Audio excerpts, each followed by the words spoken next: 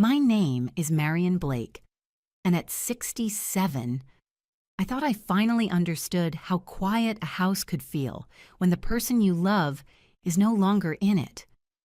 This morning, I was standing on the landing with my suitcase in hand, ready for my first trip since my husband, Paul, passed.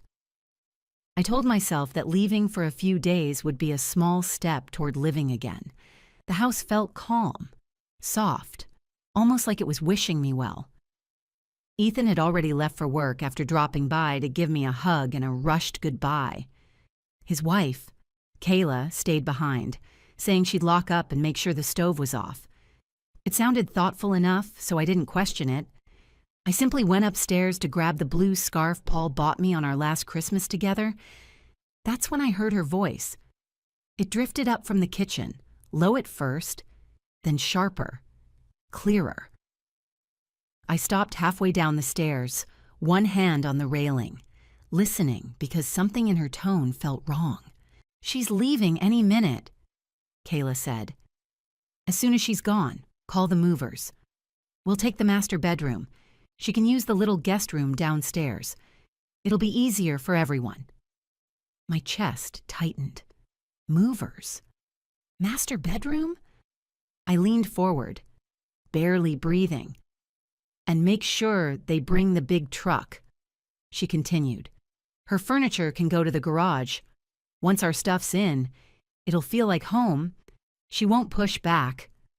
I felt the air go thin around me.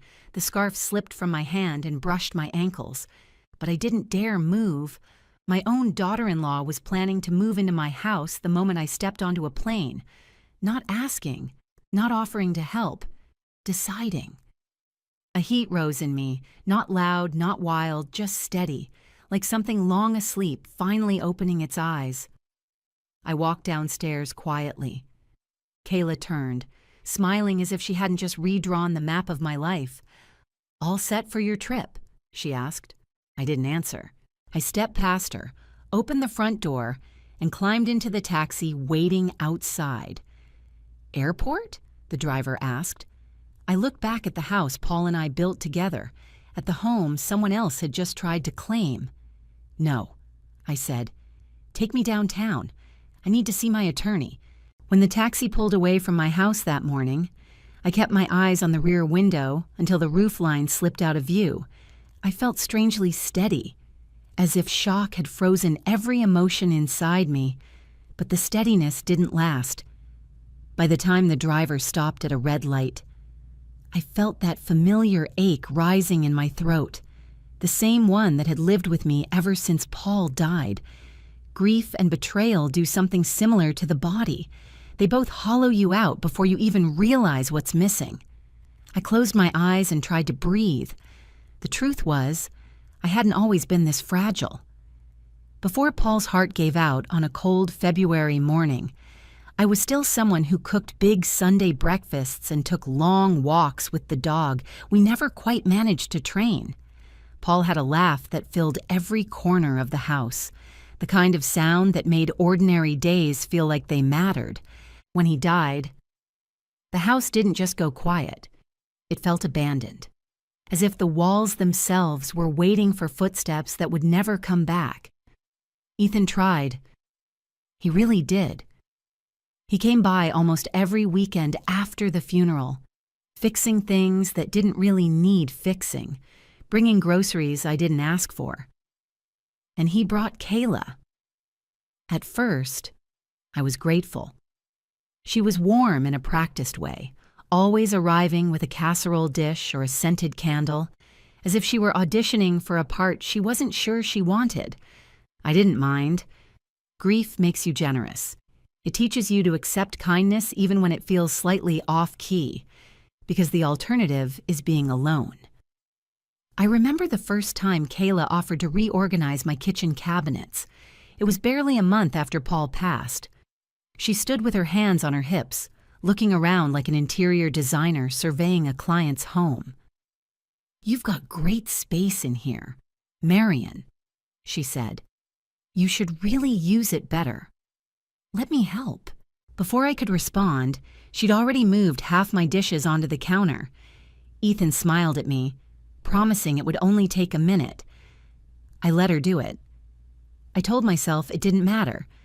But that night, when I reached for the mug Paul always used and found it in a different place, something small inside me stung. Still, I pushed it down. I pushed everything down for months.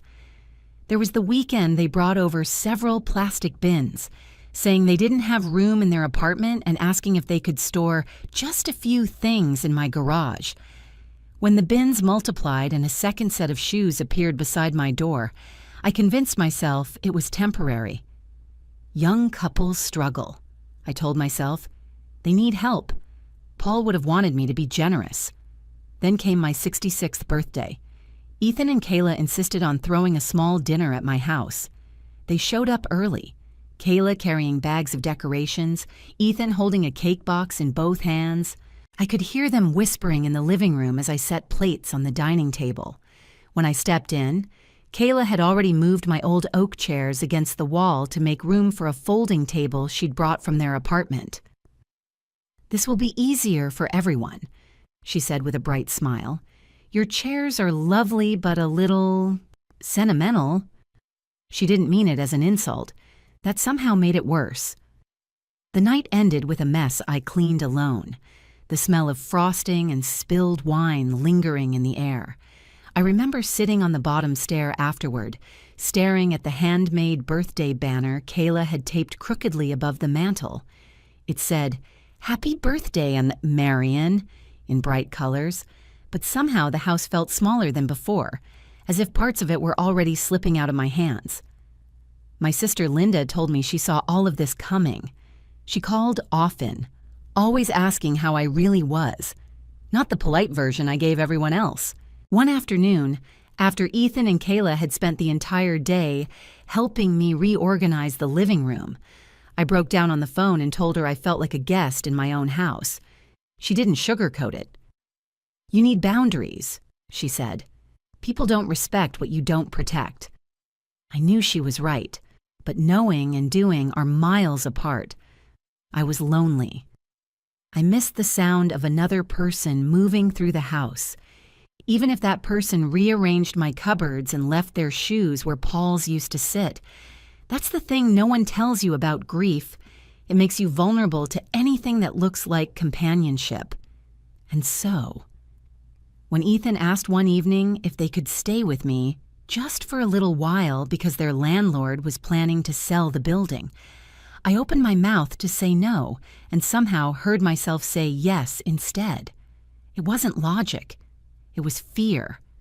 Fear of empty rooms. Fear of fading memories. Fear that if I didn't hold on to the pieces of family I still had, I'd lose them too. Looking back, I can see the moment the balance shifted. It wasn't in the big things, it was in the quiet ones. The casserole dish on the counter, the shoes by the door. The birthday banner still hanging days later because I didn't have the heart to take it down.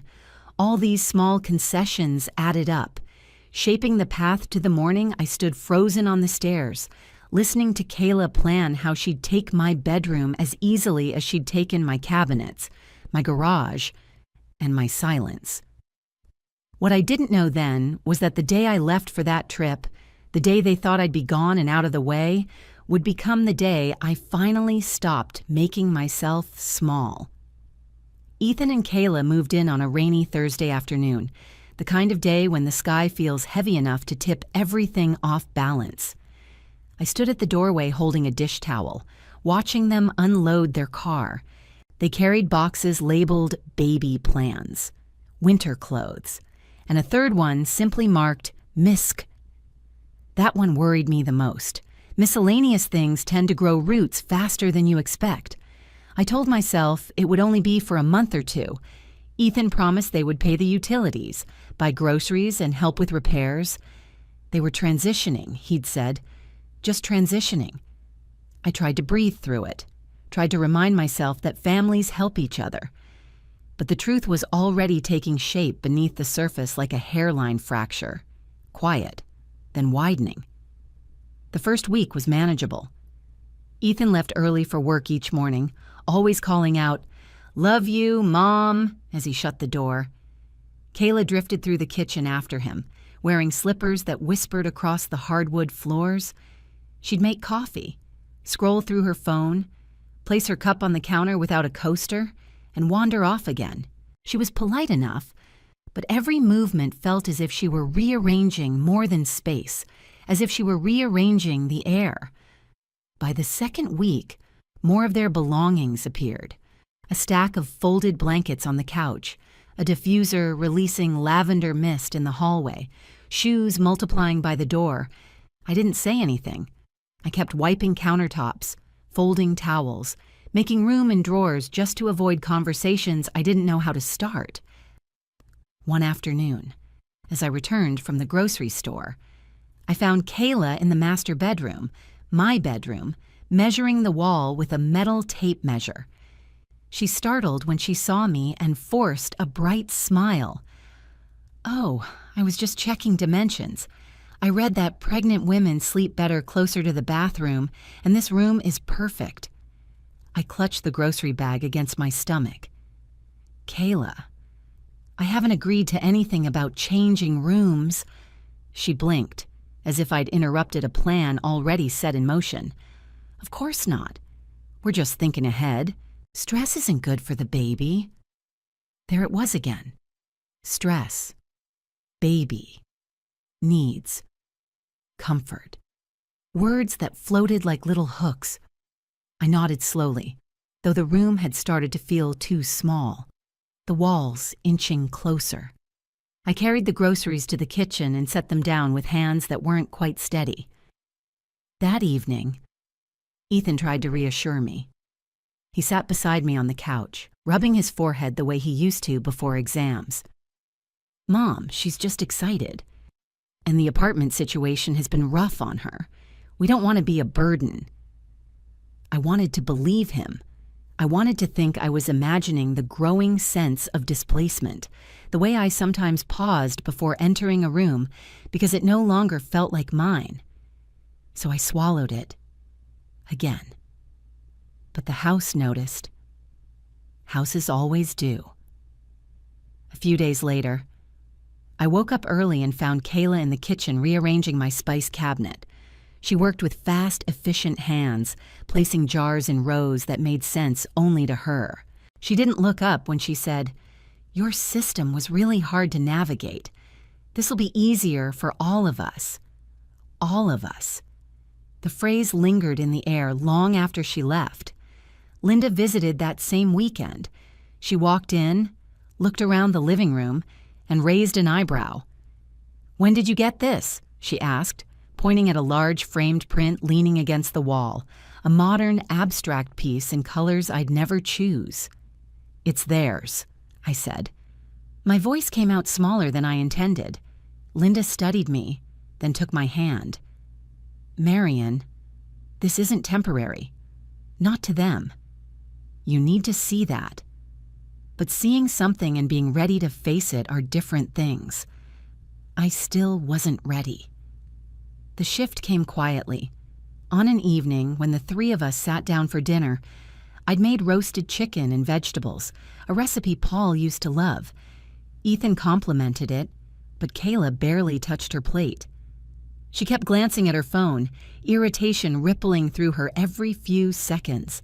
"Finally," she said, "my mom and dad want to come over next weekend. We'll host dinner here." Before I could respond, she added, "It'll just be easier. Our apartment is a mess, and you've got the space." Ethan hesitated, sensing the tension, but he didn't contradict her. The decision had already been made without me. Kayla stood, gathering her barely touched plate. "Also, we should probably plan on moving things around before they come. My parents will need a comfortable place to sit. Maybe the armchairs could go in the garage for now." She walked away before I could form a sentence. I sat there staring at the empty space she left behind. That night, long after they'd gone to bed, I walked through the house with the lights off, My footsteps echoed differently, as if the floors were asking me why I'd let strangers rearrange the life Paul and I built. I rested my hand on the doorframe of the master bedroom, feeling its shape, its history, its warmth. I realized then that if I didn't draw a line somewhere, I would lose not just a room, but the entire meaning of this home. And still, I said nothing. Yet, because silence has a way of becoming habit before you even notice you've stopped speaking. The following weekend arrived faster than I wanted it to, and with it came the faint, restless hum that always precedes something unwelcome. I spent the morning cleaning, more out of habit than preparation, though I could already hear Kayla's voice in my mind, telling me which dishes to hide and which chairs to move. She insisted her parents needed a space that felt elevated, a word that made me feel as if my home were somehow beneath them. By 3 o'clock, the living room barely resembled itself. Kayla had draped a throw blanket across the couch, pulled my oak side table into the hallway, and placed a decorative tray, one I'd never seen before, on the coffee table. The armchairs Paul and I bought at a yard sale 30 years ago were pushed against the wall like misbehaving children. I felt displaced, restless. But I stayed quiet because Ethan looked tired and pulled in too many directions. He kept giving me apologetic glances, as if silently asking me to make one more compromise for the sake of peace. When Kayla's family finally arrived, she greeted them at the door with a bright excitement I had never seen directed at me. I stepped forward to welcome them, but Kayla moved ahead, filling every pause before I could speak. Her mother complimented the house, calling it quaint. Her father rubbed his shoes on the mat as though debating whether the floor was worthy of his soles. They were polite, but polite in that distant way that lets you know they've already decided who you are. Kayla ushered them into the kitchen. I followed, carrying a platter of roasted vegetables, trying to maintain the sense of home that felt increasingly foreign. Her mother thanked me but didn't look directly at me.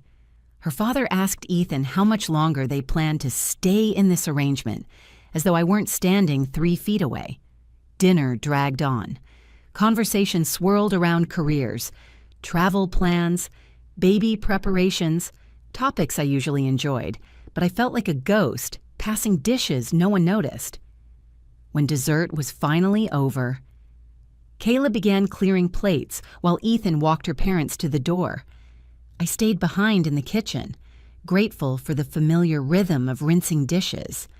That's when I saw it. A small note, written in Kayla's looping handwriting, resting beside the sink. "Thanks for handling the cleanup. Marion, you're the best."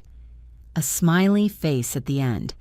Something inside me tightened, not anger exactly, but a cold, clear understanding.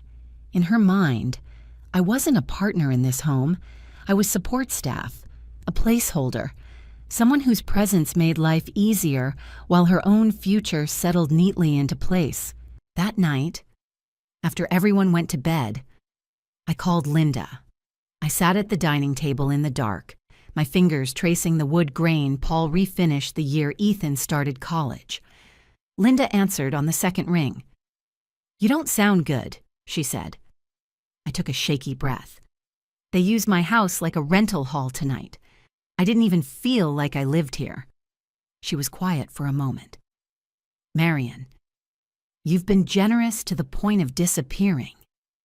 Her words landed hard. "I don't want to lose Ethan," I whispered. "You won't," she said, "but you will lose yourself if you keep letting them take and take." I knew she was right. I knew it in the same deep, instinctive way a person knows when a storm is coming. But even then, fear wrapped around my ribs, fear of conflict, fear of being alone again, fear of being seen as the unreasonable one.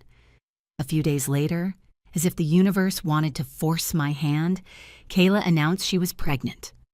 The news should have filled me with joy, and in a way, it did. A grandchild. a continuation of something Paul would have loved. Ethan was over the moon, his face softening in ways I hadn't seen since he was a boy. But almost immediately, Kayla began making comments about space, comfort, what was best for the baby. She mentioned that climbing stairs could be hard on her, that she needed a room with more natural light, that the master bedroom, my bedroom, was the safest option. Each time she spoke, it was as if she'd already made the decision and expected me to fall in line. Ethan started bringing home paint samples, holding them up against my bedroom wall while I stood there, gripping the door frame to steady myself. They talked openly about rearranging furniture, buying a crib, installing blackout curtains, as if I were already gone from the space. One afternoon, while I was folding laundry in the spare room, I heard them whispering in the hallway. "It's temporary," Ethan said. "She'll understand." Kayla sighed dramatically. "I hope so. I can't be stressed right now. It's not good for the baby." That sentence hit me harder than anything else had. It wasn't just an argument. It was a weapon. The kind of weapon a person uses when they expect to win. I sat down on the edge of the bed, feeling the room tilt slightly. My own son was preparing to move me out of my bedroom, and I was letting it happen because silence had become easier than truth. But everything shifted the morning I overheard their plans to call the movers while I was supposedly on a plane. That was the line I could not step over. That was the moment whatever part of me had remained passive finally woke up. I wasn't ready then to confront them directly, but I was ready to stop pretending. And the first step toward reclaiming my home was to understand exactly what they intended to take. Driving back to my house with Linda beside me, I felt strangely calm, the kind of calm that comes not from peace, but from certainty. The police car pulled in behind us, its lights off but presence unmistakable.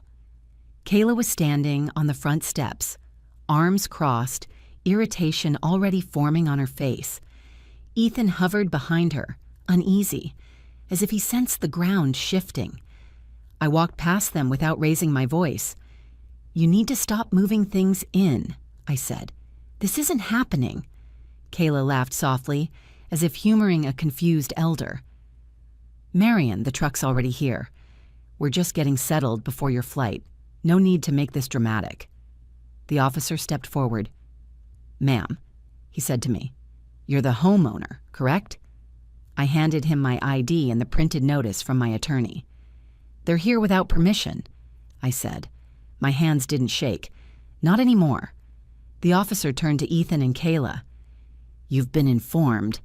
You can't move in or move belongings without the owner's consent. Everything that's been brought in needs to go back on the truck." Kayla's expression collapsed into outrage. "Are you serious? She's doing this to her own son? I'm pregnant." The officer remained unmoved. "Pregnancy doesn't override property law." Ethan looked at me then, really looked at me, and something in his face softened, the anger draining into uncertainty.